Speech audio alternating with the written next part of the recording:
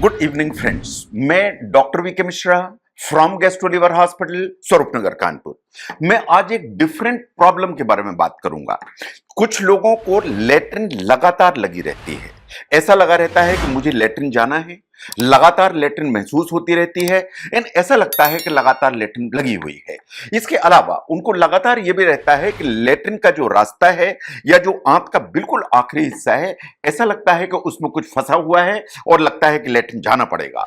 कभी उनको ऐसा भी लगता है कि अगर लेटरिन नहीं जाएंगे तो कहीं ऐसा ना हो कि लेटरिन का रास्ता या जहां लेटरिन लगी हुई है या जहां लेटरिन है वो बाहर ही निकल आएगा। तो ये लगातार जो लेटरिन की एक महसूस होती रहती है, लगी रहती है, इसको आज साइंटिफिकली एनालाइज करेंगे हम। नो, इसको ध्यान से देखिए कि जो रेक्टल जो प्रेशर है या जो लगातार आपको लेटरिन लगी रहती है, ये डल एकिंग सेंसेशन हो सकता है, लेकिन ये कभी कभी पेन, कभी कभी ऐंठन, कभी कभी मरोड़ा लेके आ सकता है। नो, रेक्टम है क्या? रेक्टम आपके जो लार्ज इंटेस्टीन है उसका बिल्कुल आखिरी पोर्शन है जहां लेटरिन इकट्ठी होती है। इसकी टोटल लंबाई होती है 12 सेंटीमीटर या 4.7 इंच, इतनी इसकी लंबाई होती है। ये बिल्कुल लास्ट सेगमेंट है बड़ी आंत का।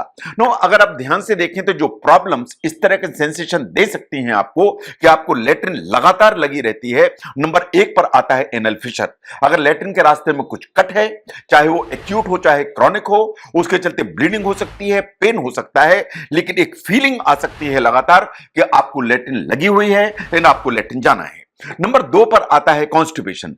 कोई भी रीजन हो उससे कोई फर्क नहीं पड़ता, लेकिन अगर आपके जो लेटरिन है एक हफ्ते में 3 बार से कम होती है तो जो कॉन्स्टिपेशन की कैटेगरी में आता है। अगर जो लेटरिन हो रही है वो हार्ड है, वो लंपी है, ड्राई स्टूल है, वो कॉन्स्टिपेशन की कैटेगरी में आता है। अगर ऐसी लेटरिन होगी तो इसको पास होना डिफिकल्ट होगी, और चूंकि ये पास होना डिफिकल्ट होगी तो आपको लगातार ये फीलिंग आएगी कि लेटरिन लगी हुई है, लेटरिन बाहर नहीं आ रही है, और रेक्टल जो प्रेशर है वो आपको लगातार महसूस होगा। नंबर 3 पर आता है डायरिया। किसी भी कारण से लूज मोशन हुआ, वाटरी स्टूल हुए, चाहे वो कितनी भी संख्या में हो, ये कभी कभी जो इन्फ्लेमेशन होता है रेक्टम में, उसके चलते लगातार एक फीलिंग रहती है कि लेटरिन आपको लगी हुई है या एक रेक्टल प्रेशर आपको बना हुआ है। नंबर 4 पर आते हैं हेमोरॉइड्स या बवासीर। जो बवासीर आप समझते हैं, ये वास्तव में लेटरिन के रास्ते में फूली हुई खून की नसें होती हैं, जो इंटरनल भी हो सकती हैं, एक्सटर्नल भी हो सकती हैं, और ये वास्तव में लेटरिन के रास्ते में डिस्कंफर्ट पैदा करती हैं, एक प्रेशर की फीलिंग देती हैं। ये कभी खुजली भी करती हैं, ब्लीडिंग भी करती हैं, कभी हल्का फुल्का दर्द भी कर सकती हैं, लेकिन ये कभी कभी लगातार ये फीलिंग देती हैं कि आपको लेटरिन का प्रेशर बना हुआ है या रेक्टल आपको प्रेशर बना हुआ है। नंबर 5 पर आता है फिस्चुला। फिस्चुला एक्चुअली एक एबनॉर्मल टनल होती है बॉडी के 2 ऑर्गन्स के बीच में। ये ऑर्गन्स कुछ भी हो सकते हैं। ये जो रीजंस हैं, ये किसी चोट लगने से फिस्चुला बन सकता है, कोई सर्जरी हुई तो उससे फिस्चुला बन सकता है, कोई इंफेक्शन हुआ तो फिस्चुला बन सकता है, कोई इन्फ्लेमेशन हो जाए तो फिस्चुला बन सकता है। जो यूजुअली जो फिस्चुला आपको इस तरह की फीलिंग देते हैं, वो या तो रेक्टम और स्किन के बीच में बन जाते हैं, जिसे कहते हैं फिस्चुला इन एनो। एक दूसरे जो रेक्टम एंड वेजाइना महिलाओं के बीच में, महिलाओं में ये इस तरह का फिस्चुला बन सकता है जो इस तरह की फीलिंग दे सकता है। देन एक फिस्चुला है जो रेक्टम और इंटेस्टाइन के बीच में बन सकता है, जो इस तरह की फीलिंग दे सकता है। कभी कभी रेक्टम और यूरिनरी ब्लैडर के बीच में फिस्चुला बन सकता है, और ये सब फिस्चुला इस तरह की फीलिंग लगातार देते हैं कि आपको लेटरिन का प्रेशर लगातार बना हुआ है। इस पर ध्यान देने की जरूरत है। नंबर 6 पर आती है डायबिटिकुलाइटिस। एक्चुअली जो हमारी बड़ी आंत है उसमें कभी कभी आउट पाउचिंग्स हो जाती हैं, इन्हें कहते हैं डायबिटिकुलाई। ये अगर रेक्टम में कुछ आउट पाउचिंग्स हैं तो ये जो डायबिटिकुलाई होंगे, उनमें अगर कोई भी इंफेक्शन होगा तो ये डायबिटिकुलाइटिस डेवलप हो जाएगी। इसके चलते कॉन्स्टिपेशन होगा, इन लगातार ये फीलिंग आएगी कि लेटरिन लगी हुई है या आपको एक रेक्टल प्रेशर महसूस होगा। नंबर 7 पर आती है इन्फ्लेमेटरी बाउल डिजीज, या जिसे आईबीडी के नाम से जानते हैं।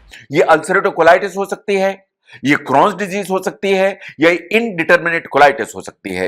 इन तीनों में जो इंटेस्टाइन की लाइनिंग है उसमें कुछ इन्फ्लेमेशन हो जाता है, छोटे छोटे छाले हो जाते हैं, कुछ दाने हो जाते हैं। इसके चलते लूज मोशंस हो सकते हैं, कॉन्स्टिपेशन हो सकता है, कभी इसके साथ लेटरिन में ब्लड भी आ सकता है। ना, जब भी रेक्टम का इन्वॉल्वमेंट होगा इन्फ्लेमेटरी बाउल डिजीज में, तो वास्तव में आपको लगातार ये फीलिंग आएगी कि लेटरिन लगी हुई है, या पेट साफ नहीं हो रहा है, या रेक्टल प्रेशर लगातार बना हुआ है। अगर रेक्टल प्रेशर बना हुआ है, लेटरिन की संख्या भी ज्यादा है, तो इन्फ्लेमेटरी जो बाउल डिजीज है वो एक अटेंशन मांगती है।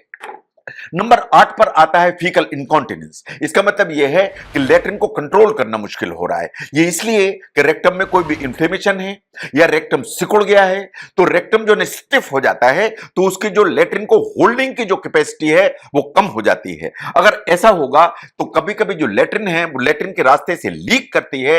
इसे कहते हैं फीकल इनकॉन्टिनेंस। और इसमें एक सेंसेशन इंटेंस प्रेशर का लगातार आता है, जिसे आप फीकल प्रेशर कह सकते हैं या रेक्टल प्रेशर कह सकते हैं।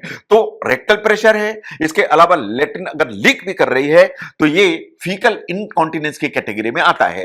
नंबर 9 पर आता है रेक्टल प्रोलैप्स। कभी कुछ तरह की प्रॉब्लम है कि लेट्रिन का रास्ता अगर ढीला है तो जो आंत है नीचे का हिस्सा या रेक्टम का हिस्सा वो वास्तव में लेट्रिन करते समय बाहर निकल आता है। इसे रेक्टल प्रोलैप्स कहते हैं।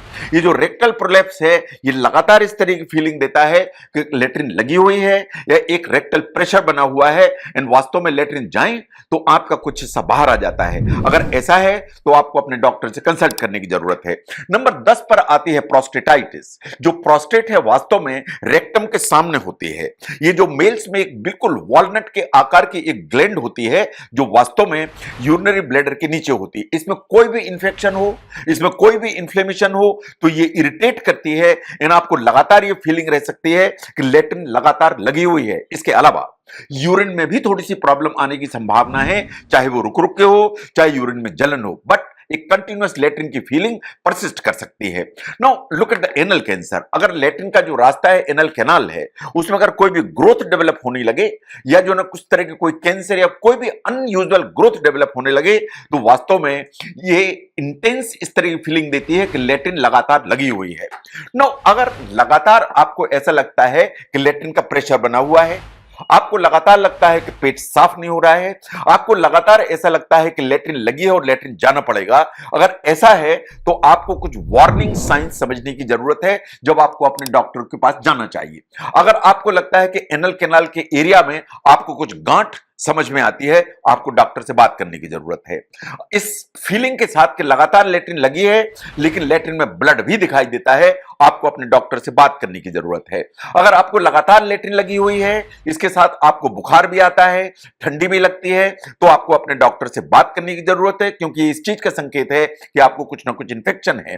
अगर आपको लगता है कि लगातार लेट्रिन लगी है और साथ में लेट्रिन करते समय लेट्रिन के रास्ते से कुछ बाहर भी निकल आता है, आपको अपने डॉक्टर से बात करने की जरूरत है कि कहीं कोई ग्रोथ या कहीं प्रोलैप्स जैसी कोई चीज डेवलप तो नहीं हो रही है।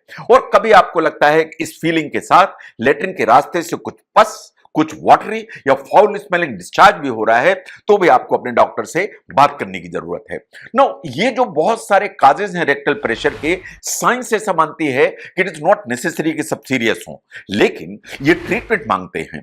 अगर आपको लगता है कि इस तरह के सिम्टम्स हैं तो वास्तव में आपको अपने डॉक्टर से बात करनी चाहिए, एंड आपको अपनी जो आपकी प्रॉब्लम है वो डॉक्टर के सामने रखनी चाहिए, ताकि आपकी जो डायग्नोसिस है और ट्रीटमेंट है उसको फास्ट किया जा सके। आपको समझना चाहिए कि आपके जो डॉक्टर हैं इस तरह की प्रॉब्लम को रोज सुनते हैं, रोज समझते हैं, वे उसी चीज में ट्रेंड होते हैं कि आपके जो सिम्टम्स हैं उनके आधार पर ये डिटरमाइन किया जाए कि आपको क्या प्रॉब्लम है, एंड जो भी इस तरह की प्रॉब्लम है उसमें जो इन्वेस्टिगेशन या ट्रीटमेंट की जरूरत है उस डायरेक्शन में आगे बढ़ा जाए। नाउ अगर आप ध्यान से देखें कि जो लगातार लेट्रिन की फीलिंग आती है, या लगातार आपको लगता है कि लेट्रिन लगी हुई है, या लगातार आपको लगता है रेक्टल प्रेशर बना हुआ है कि लेट्रिन जाना है, यह बड़ी कॉमन प्रॉब्लम है और इस कॉमन प्रॉब्लम को वैज्ञानिक रूप से आपको समझने की जरूरत है। एंड आप समझते हैं कि साइंटिफिकली इस प्रॉब्लम को समझने में इस वीडियो ने आपको हेल्प की है तो जरूर शेयर करें। मैं doctor V K Mishra from gastro liver hospital, Swaroop Nagar, Kanpur. Thank you very much.